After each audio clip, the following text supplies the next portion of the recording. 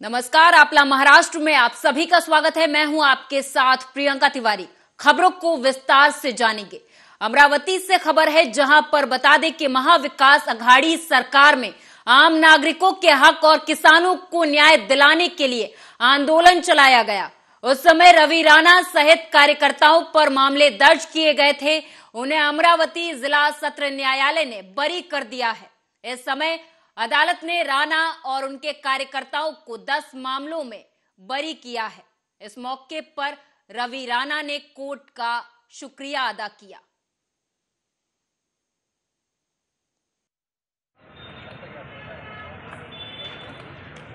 तेहतीस महिन्याच्या सरकारच्या काळामध्ये महाविकास आघाडीची सरकार होती।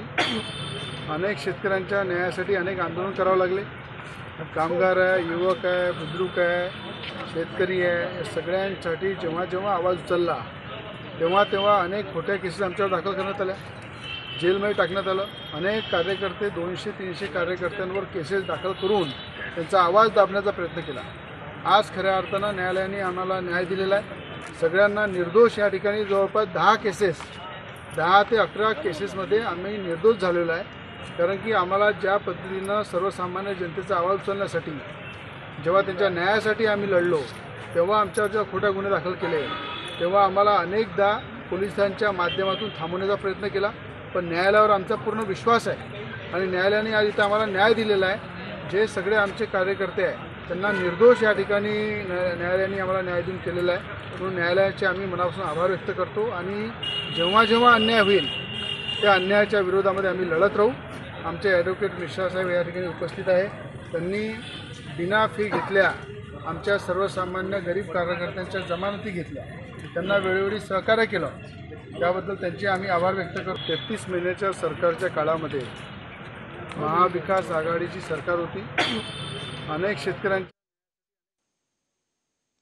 अकोला से खबर है, बता दें कि राकांपा से विधायक अमोल मितकरी ने किरीट सोमैया को घेरते हुए कहा कि 2024 में किरीट सोमैया का राष्ट्रवादी गणित विफल होगा। ज्येष्ठ नेते आणि माजी ग्रामविकास मंत्री हसन मुश्रीफ साहेब यांच्यावर परत एकदा किरीट सोमैया तोंडसुख घेताना दिसत आहेत।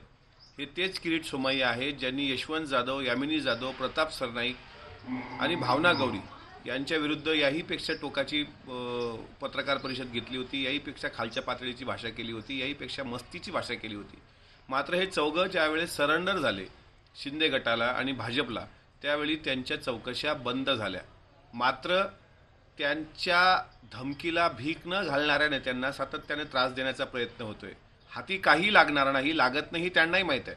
अनिल देशमुखांना त्यांनी तसाच त्रास दिला, त्याच्यानंतर आपल्या नवाब मलिकांना त्रास दिला, त्याच्यानंतर संजय राऊतांना त्रास दिला। आज परत त्यांनी पंगा घेतलाय राष्ट्रवादी काँग्रेस पक्षासोबत।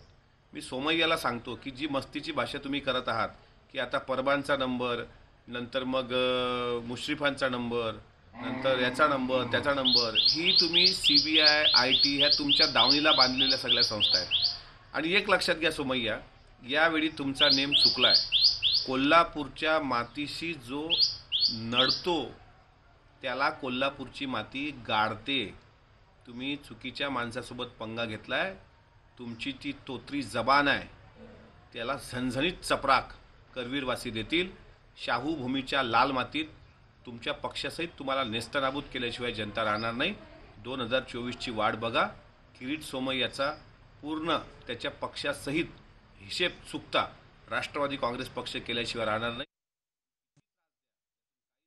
वर्धा से खबर है, बता दें कि जब से शिंदे फडणवीस सरकार आई है तब से आदित्य ठाकरे पहले दिन से ही एक अतिरिक्त संवैधानिक सरकार है, ये दावा कर रहा था। आदित्य ठाकरे के पिता की पोस्ट को कल असंवैधानिक करार दिया गया था। पार्टी प्रमुख का पद असंवैधानिक था।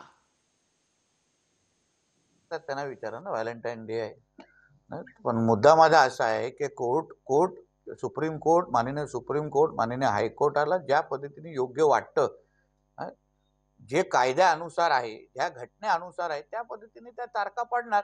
त्याच्यावर आम्ही बोलणं हे मला नाही वाटतं उचित आहे। आणि धनुष्यबाण हा मुळामध्ये बाळासाहेबांच्या शिवसेनेतच आहे.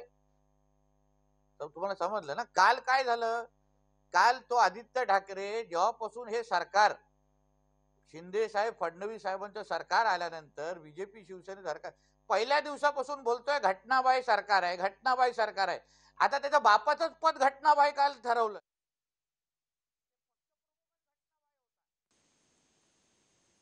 अमरावती से खबर है।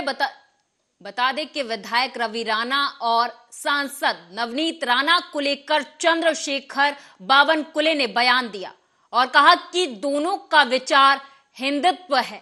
नवनीत राणा और रवि राणा को बीजेपी पार्टी में शामिल होना चाहिए और कमल पर लड़ना चाहिए। तुम्हाला वारंवार सांगतोय, मागच्या दहीहंडीतही सांगितलं, आत्ताही सांगितलं, खुल्या मनाने त्यांना आता भाजपनं समर्थन दिलं पक्षाचं. आमचा प्रयत्न असेल, आम्ही शेवटी आमचा पक्ष वाढवण्याकरता प्रयत्न करतो की उद्या नवनीत राणाजी असतील, रवी राणाजी असतील, यांनी कमळावर लढावं, राष्ट्रीय पक्षामध्ये यावं. ते राष्ट्रीय पक्षामध्ये काम करण्याचे योग्य आहे. त्यांनी हनुमान चालीसा आणि त्या ठिकाणी मोठ्या प्रमाणावर हिंदू संस्कृतीचं जतन करण्याचं काम केलं आहे. हिंदुत्वाबद्दल त्यांचे विचार परखड आहे आणि त्यामुळं समविचारी पक्षाच्या लोकांनी वेगळं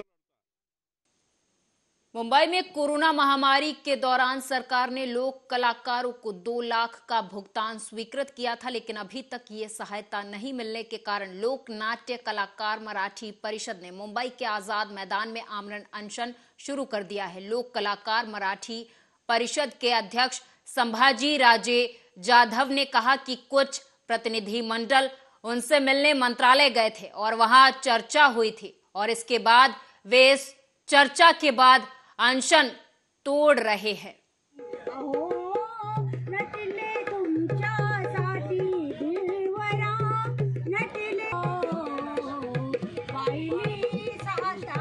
उपोषणाला या कारणाने ताई बसलो आम्ही. 3 वर्ष कोरोना काळात सगळे आमचे कार्यक्रम वगैरे बंद. त्याच्यामुळं उपासमार आमच्या कलाकारांचा आम्ही कसं त्यांचं जीवदान जगवलं आणि आम्हीही जगलो. धुणे भांडी केली, माळव्याचा व्यापार केला, त्यांना पण 4 रुपये त्यांच्या मुलाबाळांना पाठवून दिले. आणि शासन काय म्हणले होते, कोरोना काळातले 2 लाख रुपये देतो तुम्हाला. शासनाने काय आम्हाला आत्तापर्यंत दिलेलं नाही. म्हणून हे उपोषण घेऊन शंभूराजे म्हणले तुमचं काय समस्या आहे मला सांग. कष्टातून आमचा कलाकार आणि फडमालक महाराष्ट्रामध्ये फिरत असतो. अशा भूमिकेतून आम्हाला पैसे मिळत नाहीत म्हटल्यानंतर आम्ही पहिले उपोषण पुकारलं आणि आज आमच्या उपोषणाला यश आलेलं आहे. कारण आमच्या सगळ्या मागण्या अतिशय सकारात्मक राज्याचे उपसचिव थोरात साहेब यांनी घेतलेल्या आहेत आणि अतिशय खुल्या वातावरणामध्ये आमची चांगली चर्चा झाली आणि आमच्या उपोषणाला यश आलेलं आहे. येणाऱ्या 5 तारखेपर्यंत आमचं अनुदान खास आमच्या मागण्या ज्या आहेत आमच्या अध्यक्षांनी सांगितले, वारंवार आमचे अध्यक्ष मागणी करतात की आपण लवकरात लवकर ज्या आमच्या मागण्या आहेत त्या पूर्ण करा. पण कुठल्याही मागच्या सरकारने देखील आणि आत्ताच्या सरकारने देखील आमच्या मागण्या पूर्ण केल्या. लोककलावंत परिषद महाराष्ट्र राज्य लोककलावंतांसाठी काम करते, फडमालक संस्था मालक यांच्यासाठी काम करते. आज आम्ही इथं कोविडच्या काळामध्ये राज्य सरकारनं 2 लाख रुपयाची मदत जाहीर केली होती पॅकेज स्वरूपात सर्व संस्थांना. ते अद्याप दिलेलं नाही आणि चालढकलपणा 2 वर्ष झालं चालू आहे. मॅडम,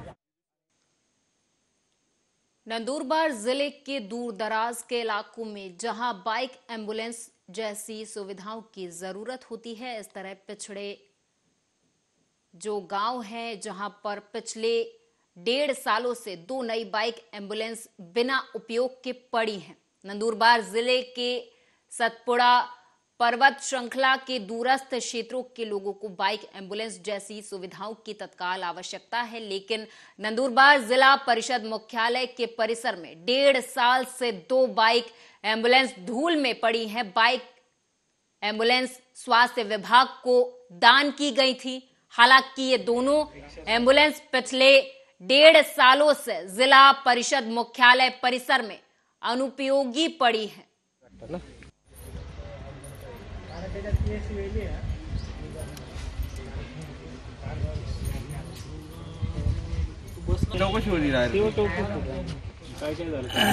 आपल्याला ज्या 2 बाईक ॲम्ब्युलन्स मिळाल्या होत्या त्या आपल्याला प्लॅन एरियाकडनं मिळालेल्या आहेत. या बाईक ॲम्ब्युलन्समध्ये त्यांनी ॲसेसरीज चेंज केलेले आहेत, त्याला ॲसेसरीज लावलेले आहेत. या ॲसेसरीज लावल्यानंतर त्यांचं रजिस्ट्रेशन करण्यासाठी आवश्यक जे कागदपत्र असतात, जसं उदाहरणार्थ फॉर्म 17 आणि अजून एक कागदपत्र, ते कागदपत्र आपल्याला पॅन इंडियाकडून ज्यांनी आपल्याला बॅग दिले त्यांच्याशी वेळोवेळी. डोंबिवली में MIDC आवासीय खंड में 110 बड़े पेड़ों को सड़क कंक्रीटिंग के कारण काटना होगा, ऐसा प्रस्ताव कल्याण डोंबिवली नगर निगम प्रशासन के पास आया। इस बीच स्थानीय निवासी इन पेड़ों को नहीं काटने की मांग कर रहे और पेड़ों को काटे जाने का विरोध भी जता रहे हैं। निवासी विभागात आमच्या इथे 110 झाडं तोडणार असं आज आम्हाला कळलं आणि आमचं धावदण आणलं. आम्ही लहानपणापासून झाडं लावा, झाडं वाचवा आणि झाडं वाढवा, तर या सगळ्या 3 स्लोगन्स ऐकता ऐकता आम्ही मोठे झालो आणि आज मात्र इथे एका फटक्यात आम्हाला 110 झाडं तोडा म्हणून सांगण्यात आलेलं आहे आणि तोडणार आहेत.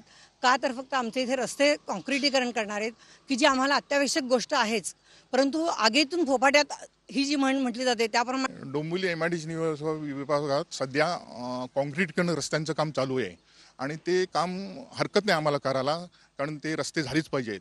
पण रस्ते करताना जे MMRDने ते काम हाती घेतलेलं आहे आणि NA कन्स्ट्रक्शन म्हणून कंपनीला त्या एक ठेकेदारा काम दिलं आहे. त्यांनी असा सर्वे केला आहे की रस्ते बनवताना 110 झाडं तोडावी लागतील, म्हणजे ठराविक रस्ते बनवणार आहेत ते निवासी विभागातले, आणि त्याच्या 110 झाडं म्हणजे भरपूर.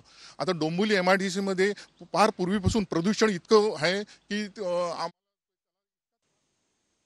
थाने में प्रताप सोसाइटी में समिति के पूर्व सदस्य और दादी के बीच विवाद खूनी हो गया। धर्मवीर नगर में प्रताप सोसाइटी में रहने वाले वेंकटराव रेड्डी पर ठाणे में उसी इमारत में रहने वाले सतरेक एसाक के बेटे ने तलवार से हमला किया था। इस मामले में पुलिस ने मामला दर्ज कर लिया है और अब तक 3 आरोपियों को गिरफ्तार भी किया जा चुका है। प्रताप सोसाइटी के वेंकटराव रेड्डी पर ठाणे में समाज का हिसाब पूर्व सोसाइटी अध्यक्ष से मांगने पर जानलेवा हमला किया गया। प्रताप सरनाइक का मिसेज और प्रताप सरनाइक और सैट्रिक हाईजैक का कुछ अंदर से साठगांठ है, उन लोग को पार्टी का करता है काम, तो उसके लिए पुलिस लोग एक्शन नहीं कर रहा है, आम आदमी को बहुत परेशानी कर रहा है। हम लोग सवेरे काम पे जाने के टाइम ऐसा मेरे बेबी लोग को भी गाली, बिल्डिंग में सबको तकलीफ दे रहा है, एक को नहीं है। और चेयरमैन से हट गया तो कोई ना कोई कालाकांडी करता रहता है, किससे झगड़ा करता है और पुलिस लोग किसी को एक्शन नहीं लेते ज़्यादा और पुलिस लोग उनको कल सुबह मेरा हस्बैंड 4 बजे काम पे जाने के टाइम सेट्रिक आइजैक का छोटा लड़का मार्टिन आइजैक मेरा हस्बैंड को उनके साथ कोई तो दोस्त है तलवार से वार किए थे 4 बजे के टाइम। तभी उधर से वो कैसे तो भाग के आके वो घर पे आए। घर पे आने के बाद हम लोग देखे तो पूरा खून से थे। श्री प्रताप कोऑपरेटिव्ह सोसायटी आहे ही धर्मवीर नगर म्हाडाची कॉलनी आहे, तेथे आहे। सदर सोसायटीमध्ये ॲक्च्युली 2 गट आहेत, 2 गटामध्ये जरा वाद आहेत। यातील आरोपी जो आहे सॅट्रिक आयझॅक हा पूर्वीच्या त्या सोसायटीचा पूर्वीचा सेक्रेटरी होता आणि सोसायटी चालवत असताना इतरांचे त्यामध्ये खूप ऑब्जेक्शन होते की सोसायटी पैशाचा अपहार होतो वगैरे, या संदर्भात तक्रारी होत्या त्यांच्याकडे आणि त्यांनी पुन्हा सोसायटीचं रिइलेक्शन घेतलं होतं। बुल्ढाना के रायगढ़ कॉलोनी दीप रोड में विदर्भ कृषि केंद्र के नाम से दुकान है। रात में दुकान बंद कर दुकान मालिक घर चला गया। आज सुबह दुकान खोलने आया तो देखा कि शटर का ताला टूटा हुआ है। अंदर जाकर देखा तो अज्ञात चोरों ने 35,000 रुपए का लैपटॉप और 1,000 रुपए का चिल्लर सहित 36,000 का सामान चोरी कर लिया। हालांकि पुलिस ने अज्ञात के खिलाफ मामला दर्ज कर लिया है। आज पोलीस स्टेशनला सचिन पवार त्याचे दुकान सरकेलेने येथे आहे, तिथून त्याचा लॅपटॉप व 1,000 रुपये चोरी गेला असं पोलीस स्टेशनला फिर्याद देण्यासाठी आला होता। त्याच्या फिर्यादीवरून गुन्हा दाखल करण्यात आला। गुन्हा दाखल केल्यानंतर घटनास्थळी जाऊन त्याच्या आजूबाजूचे CCTV फुटेज चेक केले, त्यावेळेस आम्हाला एक संशयित इसम दिसून आला। त्यास माहिती घेऊन आम्ही त्यास अटक केली आणि नंदुरबार से खबर है, जहां पर आपको बता दें कि 3 महीने की तुलना में मिर्च के भाव आधे रह गए, जिसकी वजह से किसान बेहद परेशान है। दरअसल मिर्च सीजन की शुरुआत में औसत 6 से 10 हजार रुपए क्विंटल का भाव अब 3500 से 5500 पर आ गया है। 3 माह में कीमत 2 से 3 हजार रुपए तक गिर गई है। ऐसे में किसान बेहद परेशान है। नंदुरबार मिर्च अगर के नाम से प्रसिद्ध है। एक महिन्याआधी मिरचीला 10,000 भाव होता आणि अवकाळी पावसामुळे तो भाव आता डायरेक्ट 4,000 येऊन थांबलाय। तर याच्यामुळे आमचं भरपूर नुकसान होतंय। तर शासनाने मिरचीचा भाव वाढवा अशी विनंती आहे आमची। सिंग राजपूत, मी निजा तालुक्याचा शेतकरी आहो। मी महिन्यापासून मिरची आणत आहो। मागच्या महिन्यामध्ये माझी मिरची गौरी म्हणून व्हरायटी लावलेली होती। ती मिरचीला भाव मला 9,700 800 असं भेटला। परंतु या 15-20 दिवसामध्ये व्यापारी कमी येतात, 4-5 व्यापारीच येतात आणि त्याच्यामध्ये आमचा भाव घसरला। आता मिरची उत्पादक शेतकरी असून मिरचीचा 1 महिना पहिला जो भाव होता तो 10,000 पर्यंत जात होता। ते सध्या 3,500 पासून तर 4,500 पर्यंत भाव जातोय। शेतकऱ्यांच्या असं बघायला गेलं तर अवकाळी पावसामुळे भरपूर प्रमाणात नुकसान झालेलं आहे। त्यामध्ये शेतकऱ्याला मजुरीमध्ये फटका बसतोय। कारण अखिल भारतीय खाद्य तेल व्यापारी महासंघ के राष्ट्रीय अध्यक्ष और confederation of all India traders CAT के महाराष्ट्र प्रदेश के महामंत्री शंकर ठक्कर ने बताया कि केंद्रीय सड़क परिवहन और राजमार्ग मंत्रालय के नियमों के अनुसार 2 टोल नाकों के बीच 60 किलोमीटर की दूरी होनी चाहिए, लेकिन थाने हाईवे से मुंबई में प्रवेश करने के लिए आनंद नगर टोल नाका, एलबीएस रोड से मुलुंड में प्रवेश करने वाला मोडेला नाका और एरोली की तरफ से मुंबई में प्रवेश करने वाले टोल नाके के बीच की दूरी 20 किलोमीटर से भी कम होते हुए भी तीनों जगह टोल नाके लगे हुए हैं, जिससे वाहन चालकों की जेब ढीली हो रही है।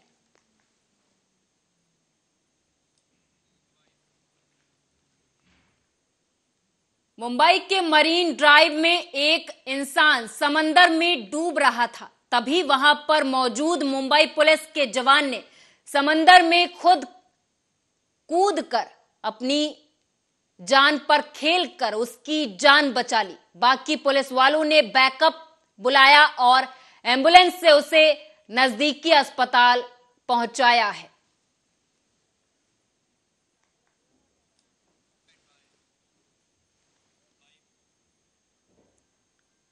सोलापुर जिले के बरशी में पंगरी के पास शिराले गांव में नए साल के दिन एक पटाखा फैक्ट्री में आग लग गई थी, जिसमें 5 महिलाओं की मौत हो गई। इस मामले की जांच कर रहे अधिकारी रिश्वत लेते हुए एसीबी के जाल में फंस गए हैं। नवनाथ जयराम खुने, एपीआय प्रभारी अधिकारी Pangri police station, Sunil Bodamwad police शिपाई दप्तरी पांगरी पोलीस स्टेशन आणि खाजगी इसम हसन सय्यद यांच्याविरुद्ध 30,000 रुपयाची मागणी केलेली आणि 30,000 रुपये घेतल्याबद्दल त्यांच्यावरती लाचलुचपत प्रतिबंधक अधिनियमानुसार कारवाई करण्यात आलेली आहे। यातील तक्रारदार आहेत। हे तक्रार नवी मुंबई से खबर है, जहां पर आपको बता दें कि पुलिस आयुक्तालय यातायात विभाग के द्वारा आयोजित सड़क सुरक्षा सप्ताह 2023 का आयोजन किया गया। वाशी के सिडको प्रदर्शनी में इसका आयोजन किया, जहां पर पुलिस आयुक्त मिलिंद भरांभे के द्वारा इसका शुभारंभ किया गया।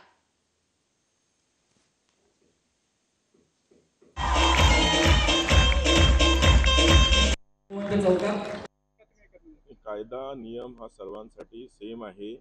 अगदी कुठलाही शासकीय निमशासकीय कर्मचारी अधिकारी असतील तरी सर्वांना नियम आणि कायदा सारखा आहे। किंबहुना कायद्यामध्ये प्रावधान आहे की तीच घटना निश्चितच कारण काय डेव्हलपमेंट एजन्सीज आहेत डेव्हलपमेंट रोड बनवणे, त्याच्यावर डिवायडर्स टाकणे, त्याच्यावर झेब्रा क्रॉसिंग करणे किंवा त्याच्यावर रिफ्लेक्टर्स लावणे, त्या सर्व गोष्टी डेव्हलपमेंट एजन्सीजच्या. नवी मुंबई से रिक्शा चुराने वाले 4 लोगों के गिरोह को पुलिस ने गिरफ्तार कर लिया है। ये कार्रवाई नवी मुंबई क्राइम ब्रांच ने की है। पिछले 1 साल में अकेले नवी मुंबई से ही 150 से ज्यादा रिक्शे चोरी हो गए। इस मामले में नवी मुंबई पुलिस के हाथ कोई सुराग नहीं लगने से आरोपियों के द्वारा रिक्शा चोरी के अपराधों में इजाफा होता गया।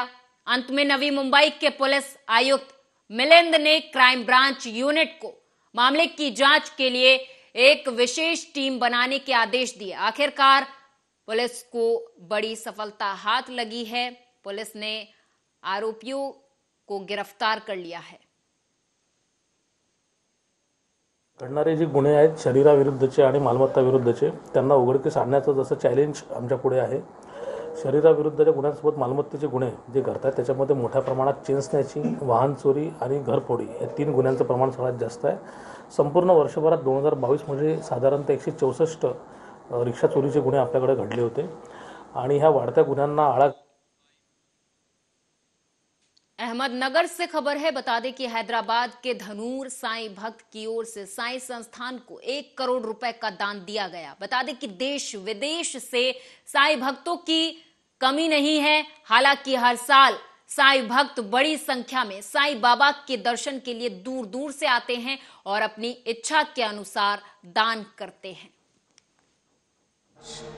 हैदराबाद के साईं भक्त श्री राजेश्वर जो साई कृपा वेंचर्स कंपनी जो है, उनकी जो मालिक है, प्रोप्राइटर है, उन्होंने 25-25 लाख रुपए के 4 डीडी देकर टोटल 1 करोड़ रुपए का दान बाबा के चरणों में अर्पण किया है। वो दिल से चाहते हैं कि वो जो दान दिया है वो मेडिकल पर्पस के लिए उसका विनियोग हो। और इसी समय उन्होंने अपने जो यवतमाल में 10 साल पहले हुई हत्या का बदला लेने के लिए एक मटन विक्रेता पर 7 लोगों ने चाकुओं से हमला कर उसकी हत्या कर दी। यह घटना डॉक्टर पंजाब राव देशमुख कृषि महाविद्यालय के पीछे एक खेत में हुई। मृतक का नाम लल्ला उर्फ पंकज अशोक, जिसकी उम्र 33 वर्ष बताई जा रही है, उसकी हत्या कर दी गई है।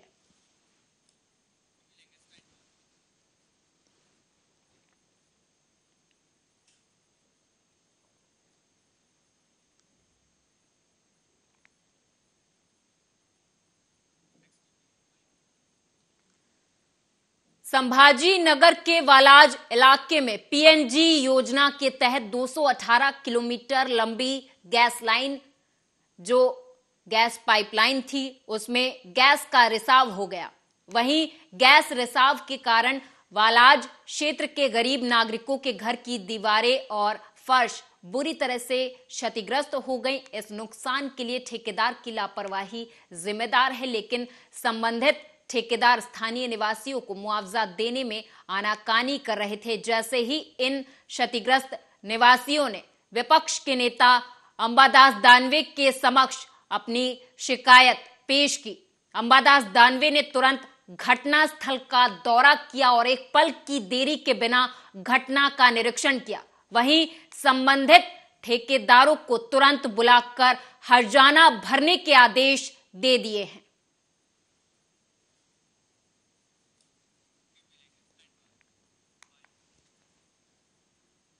मुंबई के गोरेगांव इलाके में आने वाले वांगूर नगर पुलिस स्टेशन की हद में 8 जनवरी को धीरज रेजिडेंसी गोरेगांव पश्चिम के फ्लैट नंबर 1201 में रहने वाले फिल्म व्यवसायी संतोष रविशंकर गुप्ता के घर 2 अज्ञात लोगों ने घुसकर रिवॉल्वर दिखाकर 40,09,000 रुपए नगद और 12 ग्राम सोने का दागीना लूटकर फरार हो गए थे। बांगूर नगर पुलिस ने तत्काल मामला दर्ज करते हुए महज 48 घंटे के अंदर 3 आरोपियों को गिरफ्तार करके उनके पास से 40,09,000 रुपए बरामद कर लिए हैं।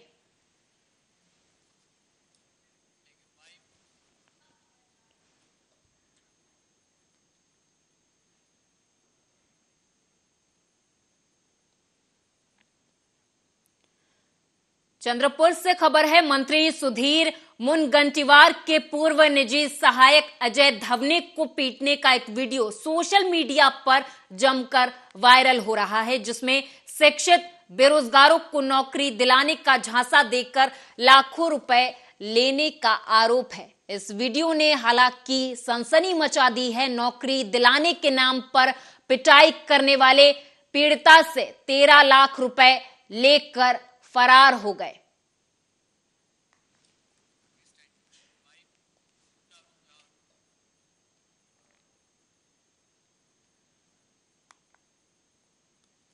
थाने में अपना और अपने दोस्त का बर्थडे सेलिब्रेशन करने के लिए एक नाबालिग लड़की ने अपने ही घर में चोरी की और जब इस मामले का खुलासा हुआ तब जांच अधिकारियों के भी होश उड़ गए।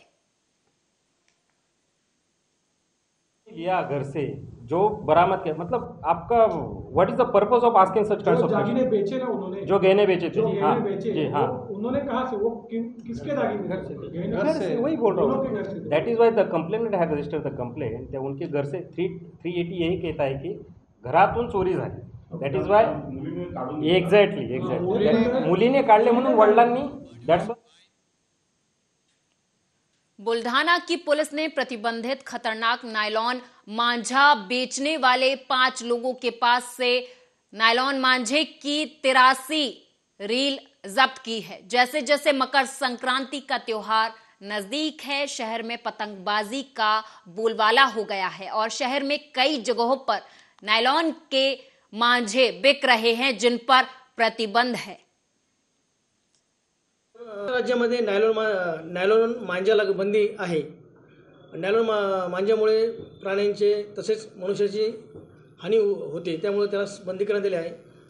खामगाव शहरामध्ये 5 ठिकाणी नायलॉन मांजा विक्री करत आहे असली बातमी मिळाल्याने आम्ही त्या ठिकाणी जाऊन 5 जणांवर रेड केली आहे। तरी सर्व। और इसी के साथ इस खास पेशकश में मेरे साथ बस इतना ही। आप देखते रहें आर्या न्यूज।